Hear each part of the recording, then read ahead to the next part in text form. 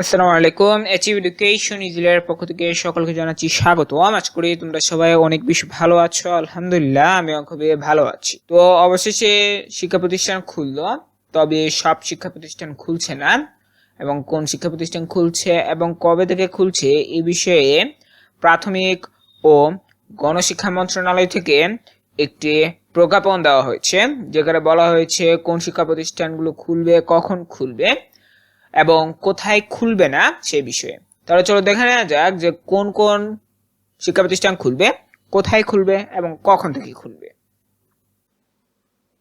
তো দেখো, এখানে গণপ্রজাতন্ত্রী বাংলাদেশ সরকারের প্রাথমিক ও গণশিক্ষা মন্ত্রণালয় থেকে একটি প্রজ্ঞাপন দেওয়া হয়েছে, যেখানে দেখো বলা হয়েছে বিষয়টি হচ্ছে প্রাথমিক ও গণশিক্ষা মন্ত্রণালয়ের আওতাধীন প্রাথমিক পর্যায়ে শিক্ষা প্রতিষ্ঠানসমূহের শ্রেণী কার্যক্রম চালু প্রসঙ্গে। এটি কিন্তু একদম অথেন্টিক একটি নিউজ, এবং যেহেতু এটি একটি প্রজ্ঞাপন, এটি কিন্তু 31 জুলাই 2024 সালে দেওয়া হয়েছে, অর্থাৎ এটি কিন্তু একটি আপডেটেড নিউজ। ঠিক আছে, আচ্ছা এখন দেখো এখানে কি বলা হয়েছে। দেখো, উপরোক্ত বিষয়ের পরিপ্রেক্ষিতে প্রাথমিক ও গণশিক্ষা মন্ত্রণালয় কর্তৃক গত 20/7/2024 খ্রিস্টাব্দ অর্থাৎ 20 জুলাই তারিখের এত নং স্মারক মূলে জারিকৃত আদেশ রহিত পূর্বক নিম্নোক্ত প্রয়োজনীয় ব্যবস্থা গ্রহণের জন্য নির্দেশ করে অনুরোধ করা হলো। অর্থাৎ এখানে একটি নির্দেশ দেওয়া হয়েছে, এই নির্দেশ ক্রমে কি করতে হবে, প্রয়োজনীয় ব্যবস্থা গ্রহণ করার জন্য গ্রহণের কথা বলা হয়েছে। যেখানে বলা হয়েছে দেখো ক নম্বরে 12টি সিটি কর্পোরেশন এবং নরসিংদী জেলার পৌর এলাকা সমূহ ব্যতীত প্রাথমিক ও গণশিক্ষা মন্ত্রণালয়ের আওতাধীন সকল সরকারি প্রাথমিক বিদ্যালয়, শিশু কল্যাণ ট্রাস্ট পরিচালিত শিশু কল্যাণ প্রাথমিক বিদ্যালয় এবং উপানুষ্ঠানিক শিক্ষা ব্যুরোর আওতায় লার্নিং সেন্টার সমূহে আগামী 4/8/2024 খ্রিস্টাব্দ তারিখ রবিবার হতে শ্রেণী কার্যক্রম অনুমোদিত সময়সূচি অনুযায়ী চালু থাকবে।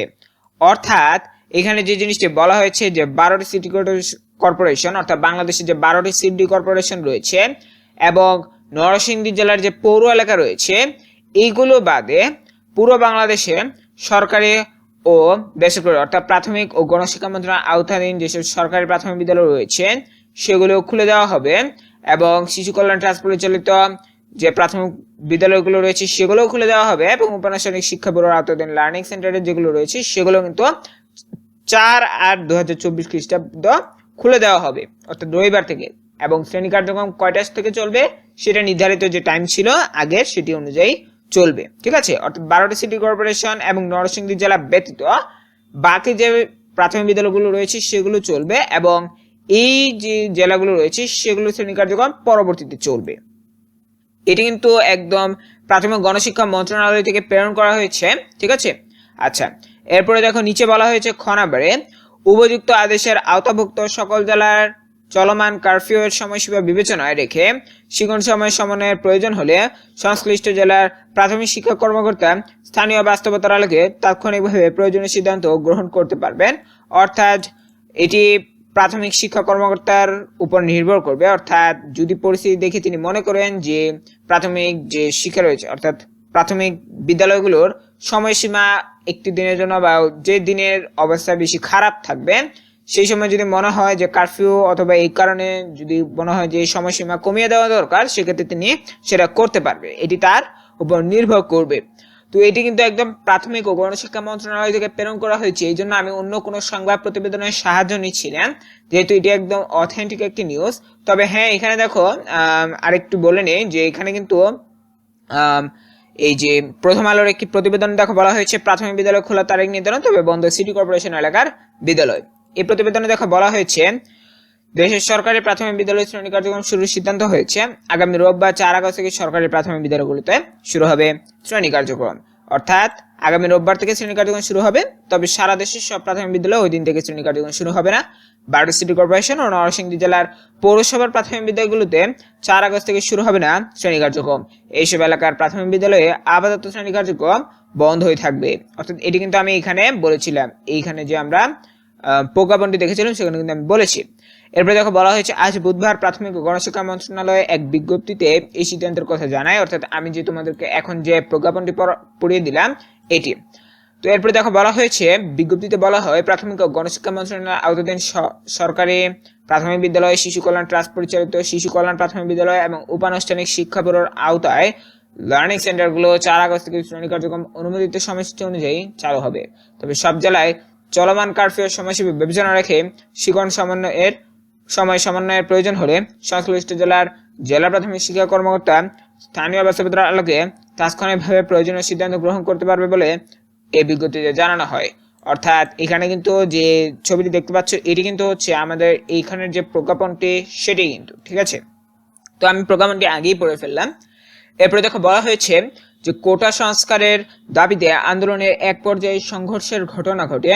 এর পরিপ্রেক্ষিতে 17 জুলাই থেকে শিক্ষার্থীদের নিরাপত্তার কথা বিবেচনা করে প্রাথমিক বিদ্যালয় অনির্দিষ্টকালের জন্য বন্ধ ঘোষণা করা হয়। একই কারণে শিক্ষা মন্ত্রণালয়ের আওতাধীন মাধ্যমিক ও উচ্চ মাধ্যমিক পর্যায়ের সব শিক্ষা প্রতিষ্ঠান, স্কুল, কলেজ ও মাদ্রাসা ও কারিগরি প্রতিষ্ঠান এবং পলিটেকনিক ইনস্টিটিউটগুলোর শ্রেণী কার্যক্রম পরবর্তী নির্দেশ না দেওয়া পর্যন্ত বন্ধের ঘোষণা করে শিক্ষা মন্ত্রণালয়। এদিকে দেশের শিক্ষা প্রতিষ্ঠানগুলো ধাপে ধাপে খোলা হবে বলে জানিয়েছেন শিক্ষামন্ত্রী মহিবুল হাসান চৌধুরী।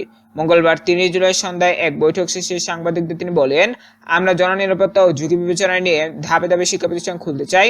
ইন্টারনেট যেহেতু সচল হয়েছে সেহেতু অনলাইনে ক্লাসের শুরুর বিষয়টি বিবেচনায় নেব। তোমরা জানো যেহেতু ইন্টারনেট সচল হয়েছে সেক্ষেত্রে যদি মনে হয় যে ক্লাস নেওয়া সম্ভব নয় সেক্ষেত্রে কিন্তু তিনি বলেছেন যে অনলাইন ক্লাসের বিষয়টি নেওয়া হবে। তবে আমার মনে হয় না বিষয়টি নেওয়া হবে, কারণ হচ্ছে যেহেতু পরিস্থিতি অনেকটাই স্বাভাবিক হয়ে গেছে সেক্ষেত্রে বিষয়টি নেওয়া হতে পারে।